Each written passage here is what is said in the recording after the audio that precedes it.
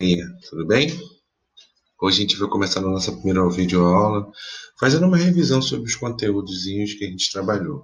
Eu não vou passar tudo de uma vez só, não. Por quê? Porque senão vai ficar muito extenso esse vídeo, né? E vai ficar uma coisa chata para vocês, principalmente.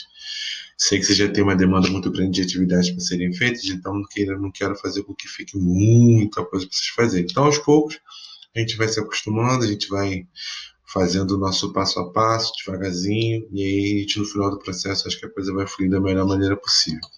Então, o que acontece? A revisão que eu quero fazer com vocês hoje é a respeito de quê? Da nossa primeira etapa, que foi falar sobre calor, temperatura, quantidade de calor, calor sensível, calor latente e tudo mais. Não que eu vá passar tudo hoje, mas a gente vai começar devagarzinho. Então, a gente vai começar por quê? Calor e termometria. Lembra que a gente conversou a respeito do calor? Que a gente conversou o quê? Que calor é uma energia e ela só acontece, só tem sentido falar nela quando que entre os corpos, eu falei que tem que ter pelo menos dois, não é isso? O que tem que acontecer entre eles? A temperatura elas tem que ser o quê? Diferente. Não é isso? Então, citamos alguns exemplos, falamos algumas coisas a respeito disso e não deixamos passar batido. E aí, como a gente começou a calcular a quantidade de calor latente, quantidade de calor sensível, a gente viu que uma das unidades é o joule, mas a gente também trabalha com as calorias, né? Então a gente tem essas duas unidades aí. A princípio a gente vai ficar com as calorias e aí depois a gente aprende a fazer a transformação para joules com calma, sem nenhum estresse, como a gente sempre faz. O que eu não falei na aula para vocês foi o quê? Foi a maneira com a qual esse calor ele pode se propagar, ele pode chegar em algum corpo ou passar de um corpo para outro, né? São três as situações: condução, convecção e radiação. Nada de absurdo, nada para se preocupar, até porque são situações que a gente já viu, já presenciou, é do nosso dia a dia, é da nossa rotina, a gente só não parou para ver e atentar o que significa na realidade. Então a gente vamos analisar cada caso. Condução significa o quê? Ela acontece em corpos sólidos, não é isso? E é um processo diferenciado por quê? Porque na realidade a gente sente a coisa acontecer e os exemplos mais clássicos são quais? Panela no fogo. Quem nunca deu molezinho? Quando a gente pega uma panela no armário, ou coisa do tipo, a gente consegue botar a mão tranquilamente em toda a extensão dela. Se a gente deixar no fogo depois de algum tempo, lógico que é evidente que a gente não vai conseguir. A gente até consegue, mas vai queimar a mão, lógico que é evidente. Por quê? Se no início estava tranquilo para poder colocar a mão e agora já não está mais. Justamente por conta desse processo. A mesma coisa acontece quando a gente deixa uma colher no fogo também, e se der mole a gente colocar a mão, a gente também queima a mão. Por quê? Porque com o passar do tempo, com o fogo em cima, o que acontece? A temperatura aumenta, aumentando a temperatura, a gente sabe que a temperatura mede o grau de agitação, então as moléculas daquele sólido vão se agitar, e aí um bate no outro, que bate no outro, que bate no outro, e todo mundo vai se agitando, então toda aquela superfície vai esquentando, de tal maneira que o calor vai se distribuindo de maneira igual. É isso? Se o corpo for, vamos botar assim, fica para a gente analisar nesse primeiro momento, vai distribuindo de maneira igual. Tem maneira até de ver essa situação, mas não é o que a gente vai se preocupar agora, né? E depois disso a gente tem o que? Tem a convecção, que acontece em que? Em meios fluidos, como líquidos e gases. E aí lá embaixo ele fala sobre o quê? Corrente de convecção. A gente sente isso, a gente percebe isso. Exemplo clássico, o ar-condicionado, né? Dá para a gente ter uma noção do que é essa corrente de convecção. Um exemplo disso que acontece. O que acontece? O ar mais quente ele é mais leve, fica em cima. O ar mais gelado ele é mais pesado, ele vai cair. E aí o ar condicionado, por isso que coloca ele em cima. Por quê? Porque ele joga o ar mais pesado que é gelado e ele vai pesar em cima desse do ar mais quente que vai descer, e o ar mais quente sobe, depois vem o frio, desce, sobe, desce, e fica fazendo esse movimento o tempo todo. E aí a gente consegue fazer com que o nosso ambiente ele fique fresquinho ou gelado, vai depender de acordo com a temperatura que a gente queira ali. Mas sempre nesse sentido de girar, tá bom? O exemplo disso que a gente pode ter na nossa rotina, ainda assim usando a mesma panela no fogo, com água, por exemplo, dentro ali, o que acontece? Com a medida que a temperatura vai subindo, exatamente isso que vai acontecer.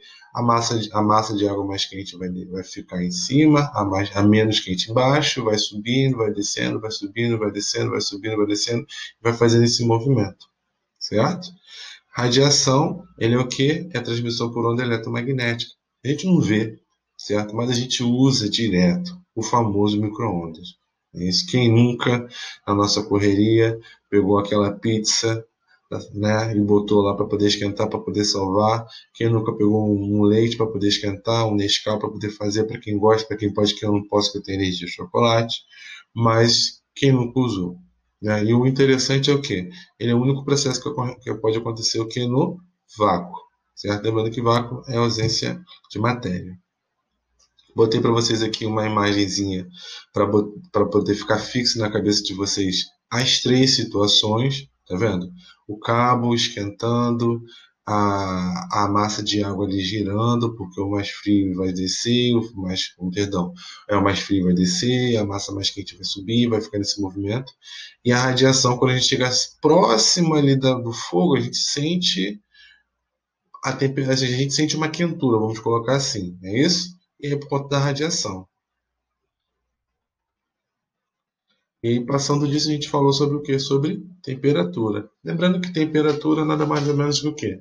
Que é medir o grau de agitação entre as moléculas. É isso? E aí a gente viu que as escalas mais utilizadas quais são? Celsius, Fahrenheit e a Kelvin. São as três mais usadas. Existem outras, a gente já discutiu sobre isso. Pode-se montar outras, vai vir aí. Na época, cada um tinha sua necessidade, a gente já conversou sobre isso. O mais interessante é o quê? É que para você relacionar, ou seja, para você arrumar uma maneira com a qual você possa comunicar essas escalas, você sempre precisa como referência de quê? O ponto de fusão e o ponto de ebulição. E aí você consegue fazer essa relação, que é o que mais interessa para a gente, né? Quer saber quanto vale 20 graus Celsius Fahrenheit, e vice-versa, ou na escala Kelvin. Falamos justamente sobre esses pontos na escala Celsius, na escala Fahrenheit, na escala Kelvin. Vamos ver se vocês vão lembrar. Na escala Celsius, o ponto de fusão é zero. E o ponto de ebulição é 100 graus. Isso aí. Na escala Fahrenheit, e já falei com vocês que é difícil pra caramba de escrever. Na escala Fahrenheit, o ponto de fusão é quanto mesmo? Tempo 32. E o de ebulição 212. Na Kelvin, 273 para ponto de fusão, 373 para ponto de ebulição. E eu coloquei para vocês aí as escalas que relacionam as duas. Um detalhe, dá para montar a escala, a fórmula entre Fahrenheit e Kelvin? Sim, claro que dá. Basta seguir a lógica que eu já expliquei para vocês na sala de aula. Só que como não é muito comum, caso aconteça, o que a gente faz? A gente passa de Kelvin para Celsius, depois de Celsius para Fahrenheit e a gente chega lá. Tá bom? E aí eu coloquei dois exemplozinhos para a gente poder fechar a nossa aula de hoje, para não ficar muito extensa. E a primeira a gente vai jogar as alternativas, né? Ele fala lá. Primeira afirmativa. A escala Celsius atribui zero para ponto de fusão e 100 para ponto de ebulição. Segunda afirmativa. O limite inferior para a escala Kelvin corresponde a menos 273 graus Celsius. E a terceira afirmativa significa o quê? 1 grau Celsius corresponde a 1 grau Fahrenheit. E a gente vai analisar o que é verdadeiro e o que é falso. Bem, a primeira afirmativa acabamos de falar. Então ela seria uma alternativa verdadeira, né? Agora as outras duas. Vamos analisar? Bem, a gente sabe que a menor temperatura que se trabalha é o zero absoluto, que é o zero Kelvin.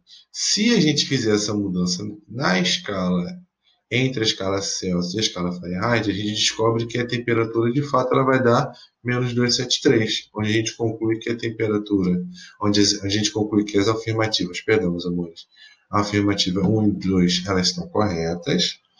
A 3 não, porque se a gente jogar na fórmula para fazer a conversão de 1 grau Celsius para 1 Fahrenheit, a gente vai descobrir que na realidade não vai dar 1 grau Fahrenheit, vai dar 1,8. E a gente tem que a terceira ela é falsa. Onde a gente vai concluir que a resposta seria a letra A. E aí foi uma questão, inclusive, que vocês resolveram naquele testezinho que nós fizemos na sala de aula. Existe uma temperatura que tem o mesmo valor na escala Celsius e na escala Fahrenheit? Qual é essa temperatura? Lembrando que ele quer temperatura que são iguais. Então, o que a gente vai fazer? Vamos pegar a fórmula de Celsius para Fahrenheit. Vamos substituir botando uma das duas letras como iguais, poderiam ser X e X, F e F, C e C, tanto faz. O importante é que elas sejam iguais. E desenvolvendo a equação, fazendo cruz credo e tudo mais, a gente chega à conclusão que a temperatura vai dar menos 40 graus. Alguns até resolveram e ficaram na dúvida. Ai meu Deus do céu, deu menos 40, será que está certo? Bem, estava certo para quem conseguiu resolver, tá bom? E a gente fecha a nossa aula de hoje com nesse nosso primeiro momento. Eu quero agradecer a vocês aí por essa atenção, né? Pedir a ajuda de vocês aí nesse feedback, me dizendo se ficou legal, se faltou alguma coisa, né? Vocês podem me dar esse suporte também, que eu também estou aprendendo. Vocês têm os meus contatos, né? Que eu já passei para vocês lá no Google Classroom. Você já tem toda a maneira de fazer o contato comigo. Pode me contatar, não tem problema nenhum. Lembrando que a gente está em quarentena, né? Não é para ficar andando pela rua a qualquer momento, para ficar em casa o máximo que a gente conseguir, só em casos extremos. E aí, a gente se despede por aqui. Beijo, obrigado por tudo. Vou passar este exercício lá na plataforma para vocês buscarem também, para vocês trabalharem um pouquinho que a gente conversou aqui agora, tá bom? Fiquem com Deus e não deem mole, ó. Fiquem em casa, tá bom? Beijos.